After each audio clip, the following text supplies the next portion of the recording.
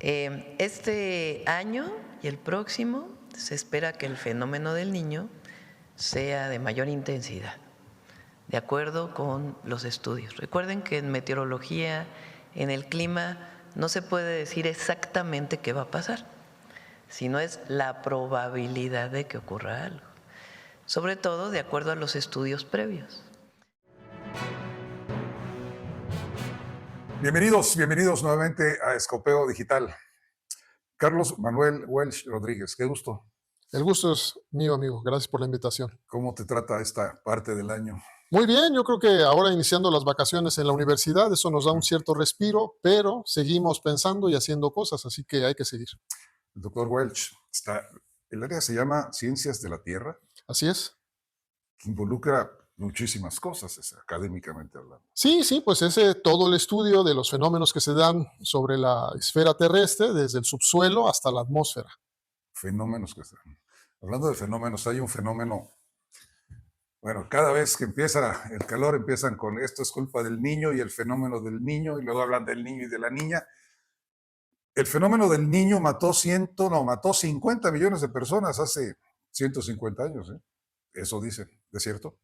Pues hace tanto tiempo era muy difícil documentar lo que realmente estaba ocurriendo. Apenas tiene algunos años que se estudia de manera continua y que se tienen datos reales sobre lo que pasa en los... Es correcto. Un poquito de historia de cómo nace este fenómeno, ¿no? Lo descubrieron los pescadores. Y eso es algo muy interesante porque las aguas del Pacífico, particularmente entre 5 grados al norte del Ecuador y 5 grados hacia el sur, notaban que había periodos donde la pesca era abundante, donde no había necesidad de lanzar la red y los peces se subían a las barcas, ¿no? Y de repente había periodos en los que no podían absolutamente encontrar nada. Y lo que notaron los pescadores es que había periodos en que el agua superficial del mar y la que está ligeramente 1,5 metros, 2 metros, tenían temperaturas diferentes. Y lo empezaron a asociar. Dijeron, bueno, pues cuando el agua está muy caliente, la pesca va a disminuir.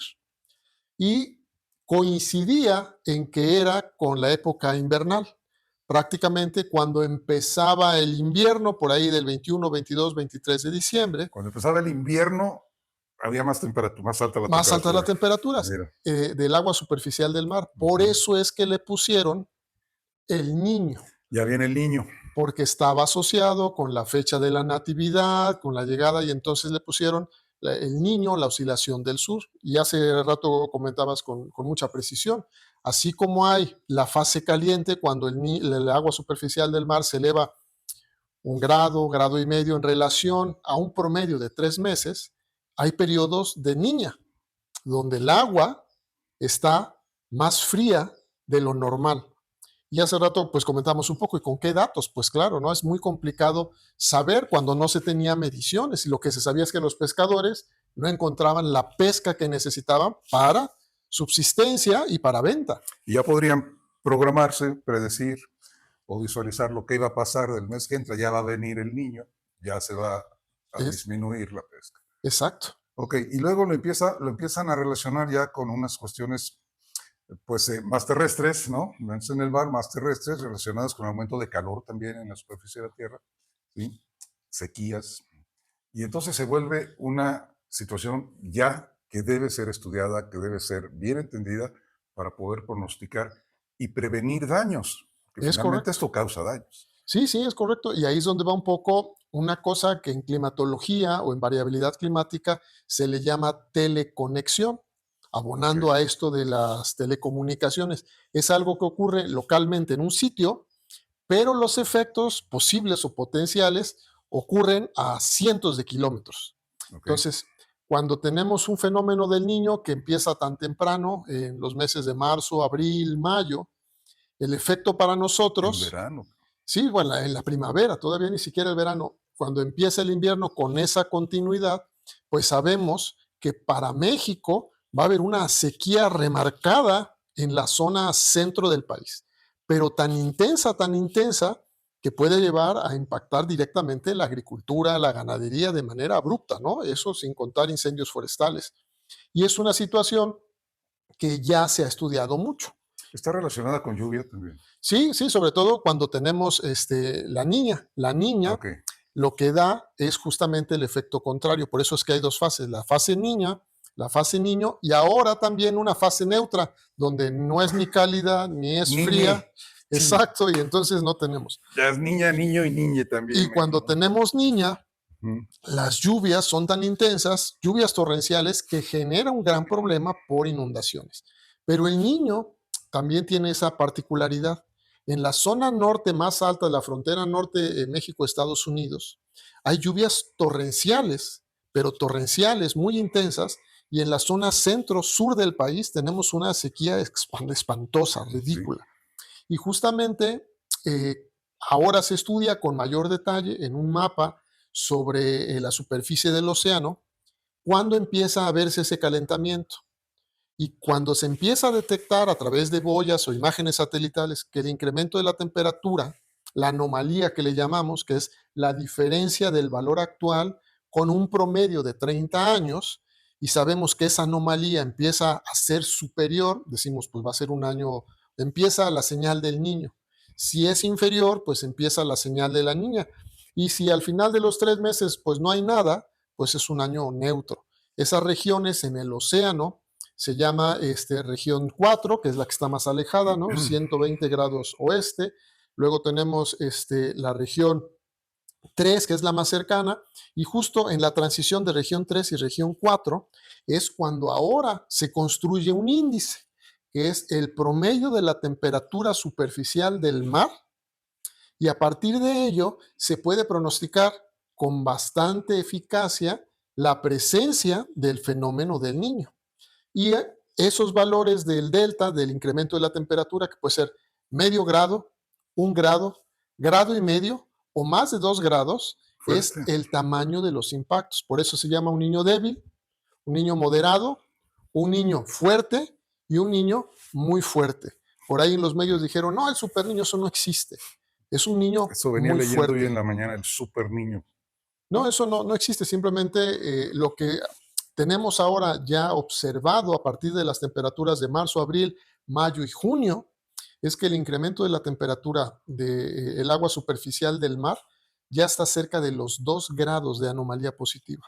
Entonces, quiere decir A ver, que... Carlos, perdóname. No, Está no, sí. padrísimo, lo entendemos muy bien, pero céntrame. Entonces, para el resto del año se ve complicado.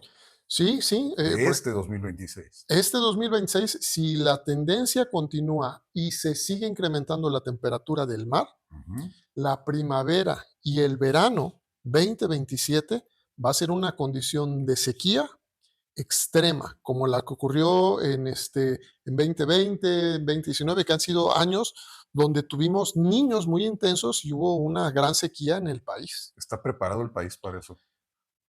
Yo creo que no tenemos todavía eh, la infraestructura y el conocimiento para prepararnos ante esos fenómenos de sequía. Sabes también que no tenemos la confianza. O sea, no es que no les tengamos confianza, sino que no hemos aprendido a confiar precisamente de toda esta información y poder prevenir, porque ya sabemos que se va a volver a inundar o a desbordar allá en Poza Rica y en el norte. Ya sabemos, pero no hacemos nada al respecto. Sí, sí, Viene la sequía, pero no hacemos nada al respecto. justo, por Ese es un ejemplo, problema serio, ¿no? los productores agrícolas del país, ante la advertencia de esta sequía meteorológica, Ujú. deben estar preparando desde ollas de agua hasta sistemas de gestión para reutilizar, recircular el agua que se tiene, porque el problema básico para la producción de alimentos del país es el temporal. Y entonces, en esas condiciones de ausencia de agua, pues estamos hablando de un impacto directo sobre la alimentación de todos. Entonces, sí hay que preparar las condiciones para estos nuevos escenarios. Lo primero es seguir fuentes oficiales. El Servicio Meteorológico Nacional tiene un boletín que es extraordinario, lo hacen de los mejores meteorólogos del país, donde explican a detalle tanto los impactos como las zonas que se van a ver afectadas. Entonces, eso es lo primero.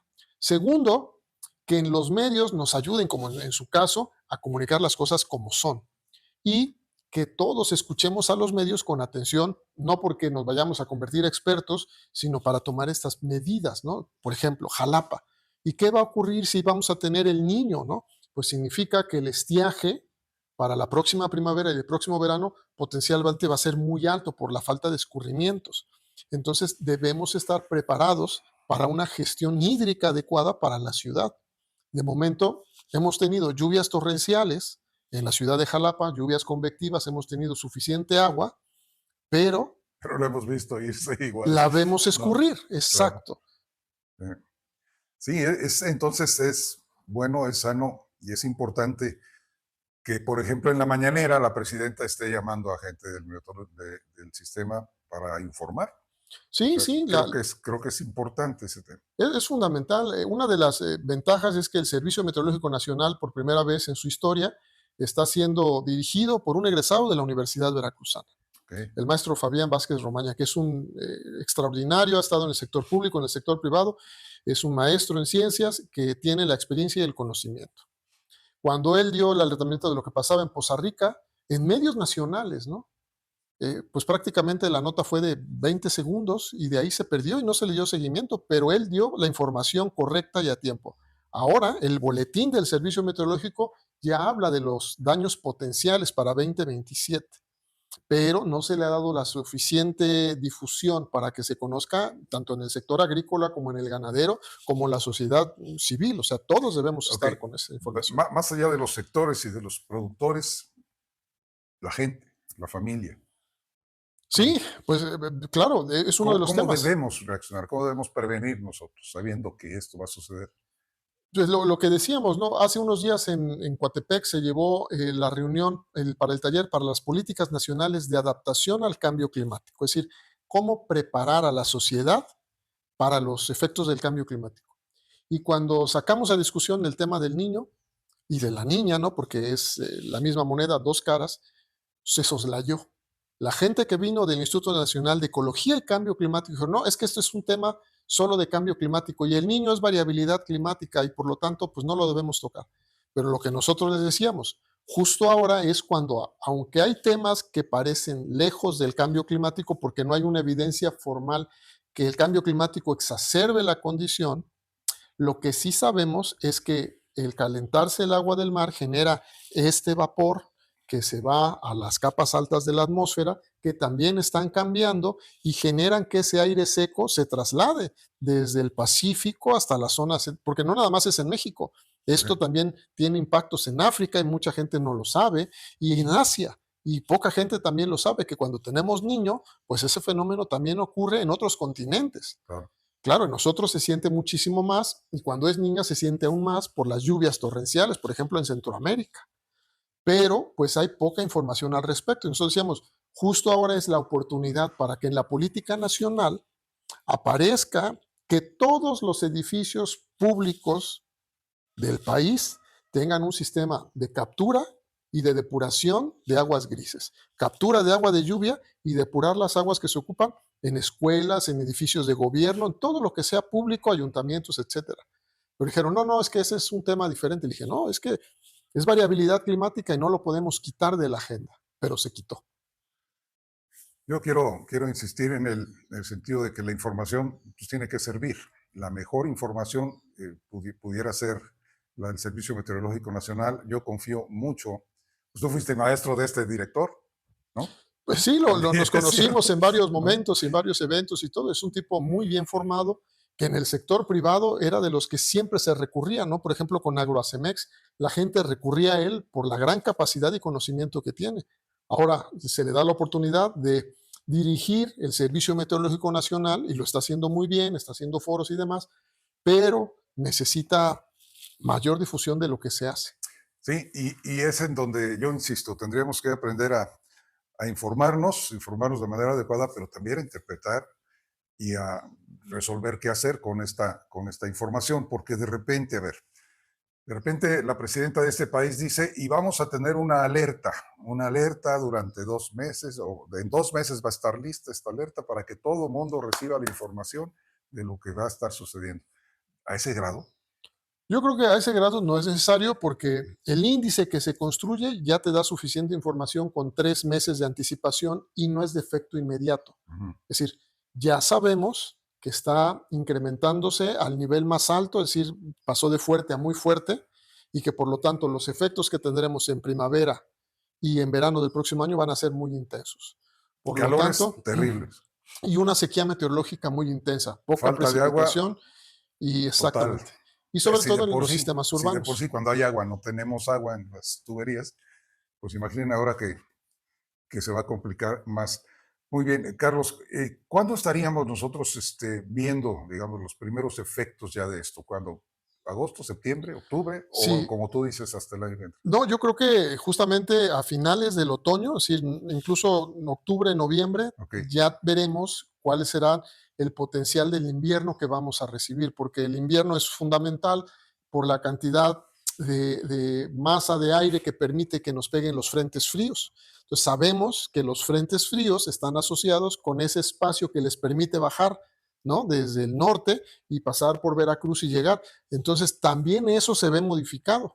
Entonces ujú. puede que tengamos fríos demasiado intensos porque la atmósfera permite que el río atmosférico circule Sí, es que todo se exagera. y entonces eso Ujú. puede ser ya una señal de lo que nos va a ocurrir para el próximo año, ¿no? De momento lo que ya se tiene y se puede observar, pueden entrar al Zoom Earth, que es una aplicación que está en el teléfono celular, así se llama Zoom Earth, y pueden ver la temperatura perfectamente en el globo terráqueo en una proyección plana para que vean la temperatura en el Pacífico ecuatorial y vean cómo se está incrementando y cómo se ve la anomalía de temperatura. Y eso lo puede hacer un chico de secundaria hasta un adulto mayor en lo que está haciendo su fila para la beca del bienestar. Bueno, no su beca del El bienestar, tema es pero para qué le sirve esa información, qué debe estar haciendo. ¿Debe ir y comprar agua?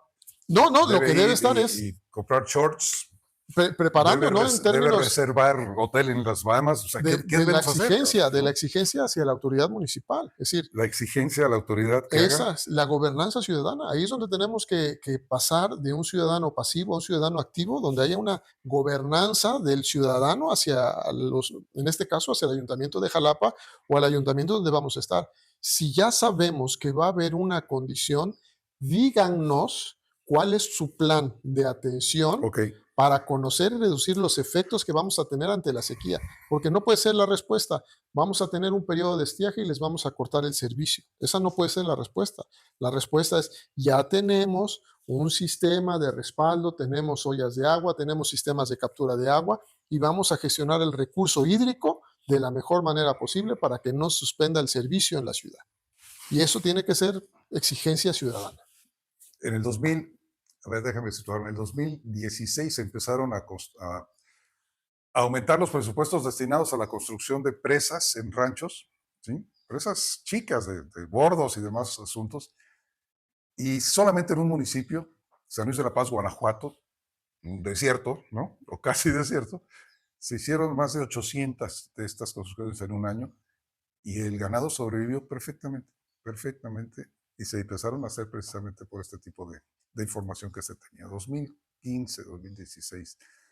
Bueno, a los que tendríamos que estar entrevistando después sería pues esas autoridades municipales, ahí está, ya se enteraron, ya vieron el programa, ya escucharon a Carlos Welch, ¿qué vamos a hacer? ¿Qué van a hacer las autoridades respecto de esto? Último punto, y tiene que ver con otra nota que es muy frecuente en estos días a partir de todo de que salió todo este tema del niño, y es que la temporada de ciclones pudiera ser muy complicada, la próxima.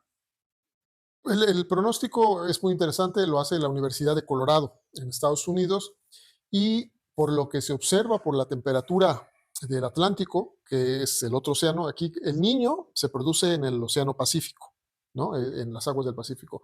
Los huracanes prácticamente en el Océano Atlántico y algunos nacen ya desde África y atraviesan el océano y llegan hasta acá. ¿En serio?